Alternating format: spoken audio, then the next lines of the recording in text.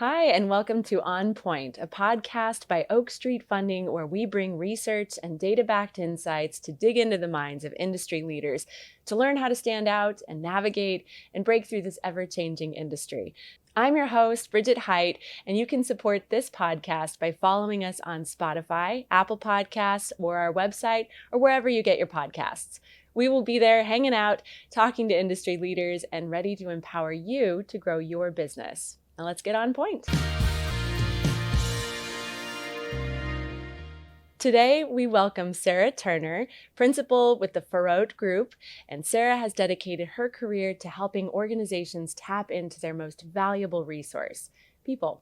As a professional trainer, consultant, and executive coach, Sarah is passionate about helping people grow. Today, Sarah is going to share ways for businesses to find and retain diverse talent. Welcome to the show, Sarah. Hello. Thank you so much for having me. So to just jump right in, how did you begin your career as a trainer and a consultant? I get this question a lot. And I have to tell you that I have probably the most non-traditional path to becoming a leadership consultant. It's what you would not imagine someone coming into the world of their working profession right out of college into accounting and then jumping to a leadership consultant. It is not the normal path, but it is exactly how I got here, and I wouldn't change a thing. I started out of college in a world of professional services in accounting. So I am a CPA. And so I started at a large company called Deloitte. It's a large global employer. A lot of people are aware of it. And so as I started, I was in the traditional space where I was serving clients in the accounting realm. But one of the things that was naturally always coming to the surface was I loved finding out what our teams needed, where their struggles were. And if there was somebody new, I was the person volunteering. Can I help show them the ropes? And so by the time I was probably a few years in, I was either volunteering or being asked to help with initiatives where we were looking at what I would call talent development. Okay. And so by the time I got to, I'll call it year 5, I was already carved out some of my time with it. External clients, but a lot of my time was with internal clients, our staff. And it gave me a chance to decide how I wanted to take the things that I liked, but also felt like I had a strength and a talent for and bring them to life. And so years later, here I am doing it as a primary career, and it's fascinating. You seem very happy about it. Yeah, I mean, like you're for those of you who cannot see Sarah, she literally glows when she talks about her work. That's great. So what do you like most about doing what you do? Oh, that's a great question too. So a lot of people are familiar with the Clifton StrengthsFinder. And so if those of you who have heard of it before, it helps give you a sense of who the elements of what I often call your DNA that come up the most that give you strength. Okay. It kind of gives you a label for what those things are. And so people who know me are never surprised when I tell them what's called your top 5. So my number 1 is positivity. And so that's something that I kind of need to create energy. The second one is woo, which stands for winning others over. So anytime I have a person I don't know, finding out who they are, what makes them tick is intriguing. The third one is communication. So finding a way to say something that makes someone want to hear it, I think is amazing. Yep. The fourth one is probably the most prominently represented in my career. It's called developer. It's finding space where someone else, with your help, gets further. And then the last one is achiever. I love seeing results. So when you look at these 5 things, this space being a leadership consultant where I work either with individuals, small groups, or with an organization's culture to help them unleash or reach potential that they didn't even realize they could get to is an energy driver for me. Wow. Every day there's somebody different that I'm working with a different challenge, and decoding it and creating what I would often call the right path for them. It's so much fun. It sounds really like it's actually a lot of psychology involved in it too. That's great. That's crazy. I can't tell you how many times I tell people if I had to do it over, and I wouldn't change that I have this accounting background because it got me right where I am now, but I would definitely study behavioral psychology or organizational leadership. It's amazing. It's so great. Wow. So part of your role includes helping businesses learn how to find and retain diverse talent. So why is a diverse workplace so important? When you pause and you think about the idea of if you have a diverse workforce, what does that bring you? Sometimes I think there's this amazing body of research that makes the answer to that obvious. And that's because there's so many statistics that show that it's a representation of positive recurrent outcomes when you have a diverse workforce. And some of the statistics that probably call to me, and maybe it's because I have just a little bit of this niche passion for this, but even when you look at what you can do or what you can bring when you have a group of people that don't see something the same way, again, the statistics just show it. Every trackable metric that an organization looks at, no matter the industry, is going to find that when you compare having a diverse moment with differing perspectives at the table trying to solve problems, you're going to find those metrics go in the positive direction that you want them to go.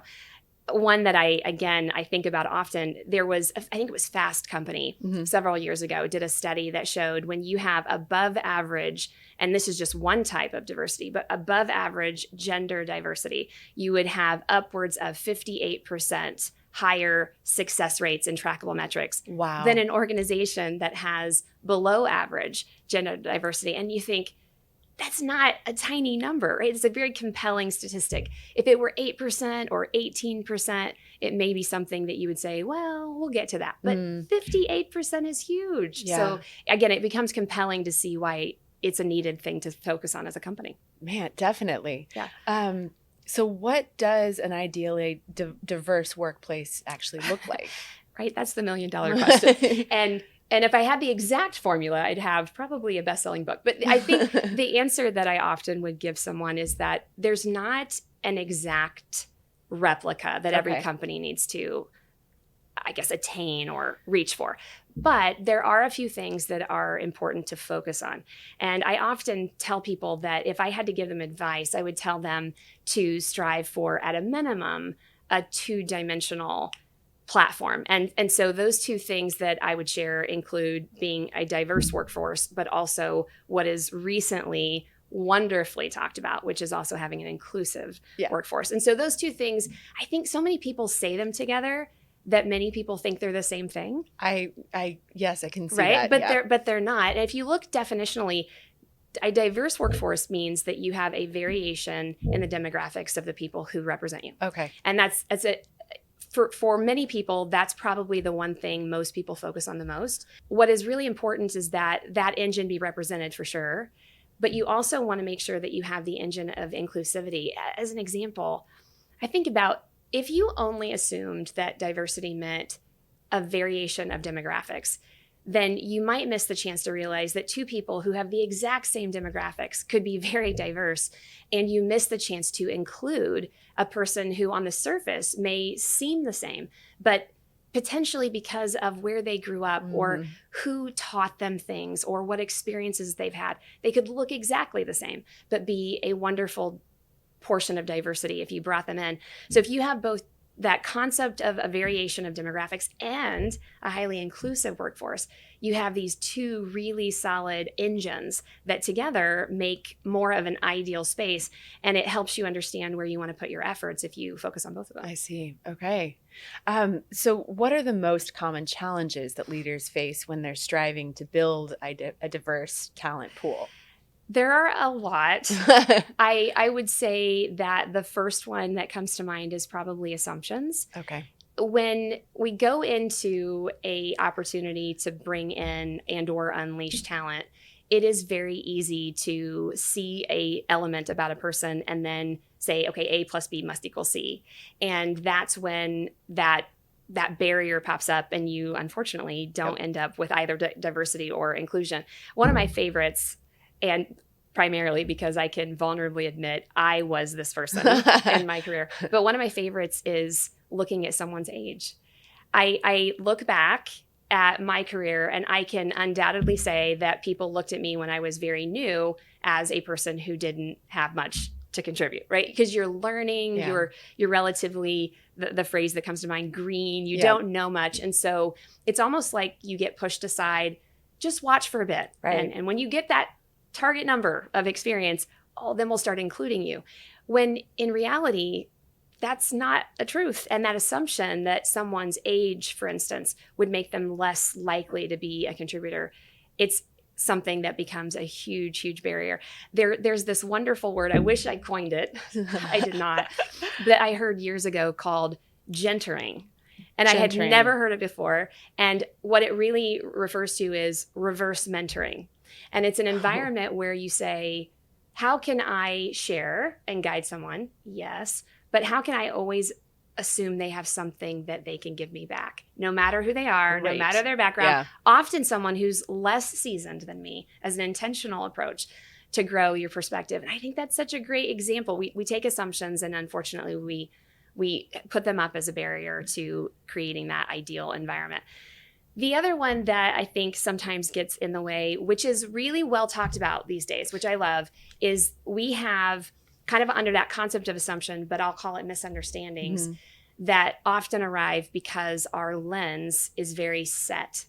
And so when we think about what we believe to be truths, we might look at someone or take a moment and have that lens present and not encourage or not pull in moments of inclusion, because unfortunately that barrier is there. I'm going to use what is often called a bias to create my understanding or my opinion, and I could be wrong. Yeah. And if I don't find a way to get past what is sometimes super subconscious, my bias, it's likely that I'm going to unknowingly really dilute the inclusive moments that I could have. And so how should leaders begin to create a work environment that is receptive to diversity?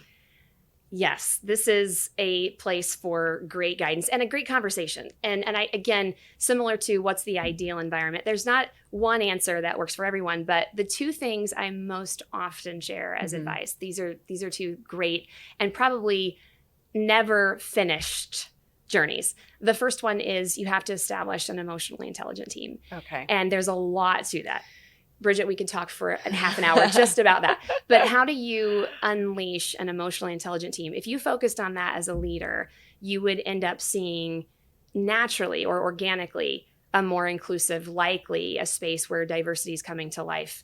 And so focusing on that is probably one of the first ones. The second one that I often share with people is intentionally trying to create what we often call a growth mindset culture in your organization. So if you were to be very thoughtful, very intentional about building emotional intelligence in your team, and again, a nice parallel, creating a growth mindset culture, those are going to create traction, and they will lead you to a little bit more of that predictable space of positive outcomes in this world.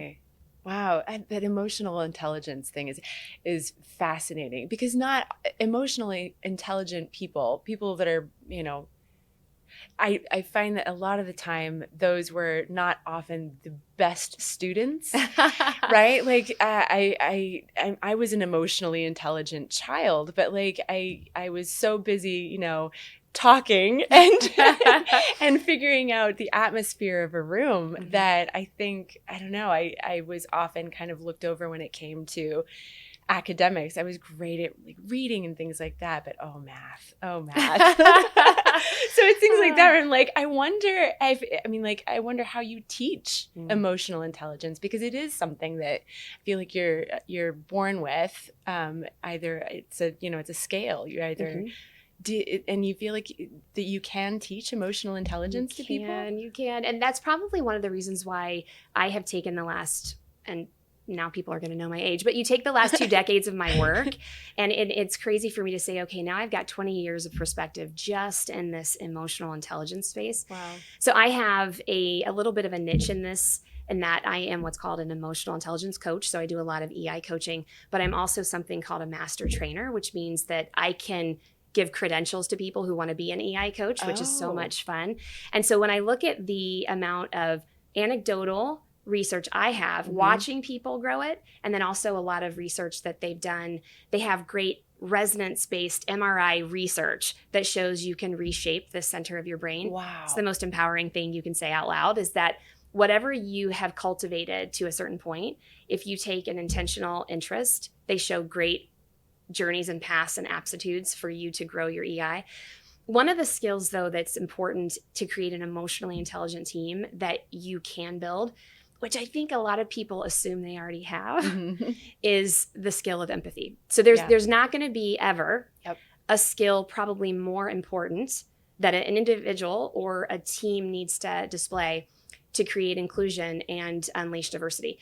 When I grew up, and this is absolutely no no knock on the people who raised me, but I was told that empathy was putting yourself in someone's shoes. And I think it's a great phrase. Mm-hmm.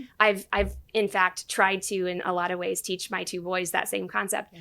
What I realized, though, as I started looking deeper at the concept of empathy, is that that's not necessarily possible. Really? And my example I often use, and I hope he never listens to this, is my 13-year-old son. If I really wanted to try to say, Sarah, think like a 13-year-old boy, I will never get there. I will never be able to replicate the way he's seeing something. Right. So I started to realize empathy is not having the interest of trying to become that person. Instead, almost a 180, what empathy really is meant to be is giving other people permission to have a point of view.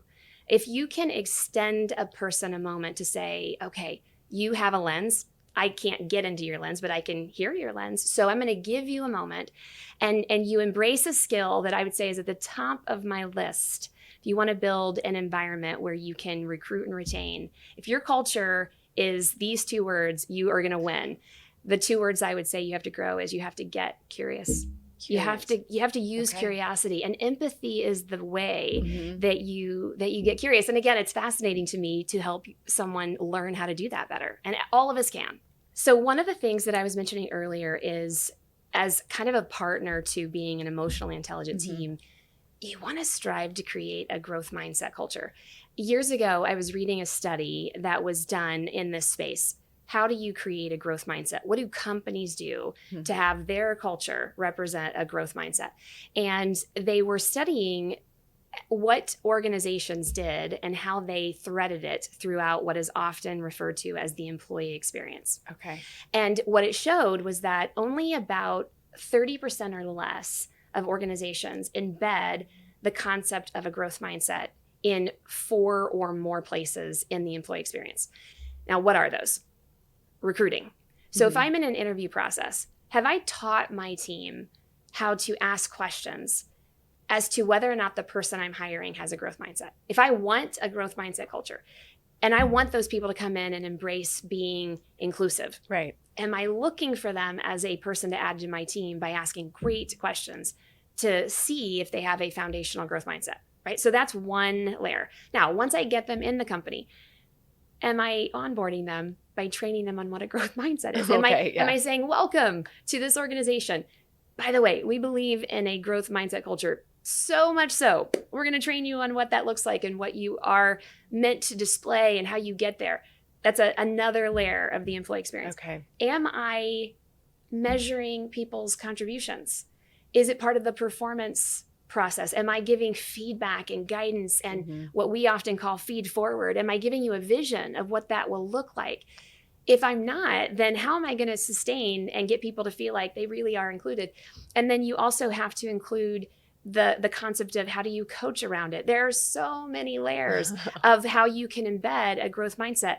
But if you want to really retain, it has to be not only said, targeted, but it has to be felt. Yeah. It has to be real. And that is, again, for me, I see so many organizations lacking intentionality, and they'll say they want it, but then when you look at the employee experience, it's not embedded anywhere in a transparent or intentional way. And so we don't really show it, and people leave. There's a lot of statistics around this too. Gallup does so many great surveys, right? And there was a survey that I read in the last few years that I think it was somewhere around 48% of people didn't feel like they were in a safe and inclusive environment in their companies, right? So when you say that out loud, you think, again, a compelling statistic, that's almost half. Yeah. 1 out of every 2 people in organizations, again, this is just a few years old, would say, I don't know that people really want to know what I think. I don't know that I'm in an environment where someone wants to find a way to grow the kind of discussion by having someone who wasn't yet brought in, pulled into the fold. And so, again, there are so many great opportunities that would not only help you get the right people, but then would also help you want them to stay. They would grow roots. They wouldn't want to leave because that environment is so engaging, and so they would stick around. But we're about out of time. But before we close for today, I have one last question. Where is your favorite place that you have visited and why? Oh, My word, that's a great one. One of the things that I would tell you is that my husband traveled internationally for years when we first got married. This is pre-kids. So we had a lot of flexibility, and I would tag myself onto his agenda, and I would go. And one of my favorite all-time places is Vienna. It is the most intriguing, charming place. And I think going there and seeing the history, it makes you realize how our perspectives, this goes right back to the concepts of it broadening our perspective. You see a church that took almost 1,000 years to build. Yeah. And you realize what I think is old and established history, there's so much more, right? There's always so much more. So I would say Vienna. That's probably my favorite place. Great answer. All right. Well, that was a great story. And thank you so much for joining us today, Sarah. I look forward to speaking to you again. This was fascinating. Excellent. Thank you for the time. Thank you all for listening to On Point, a podcast by Oak Street Funding, where we bring research and data-backed insights to dig into the minds of industry leaders to learn how to stand out and navigate and break through this ever-changing industry. I'm Bridget Height, and tune in next time wherever you listen to podcasts as we get on point. Don't forget to subscribe and leave us a review.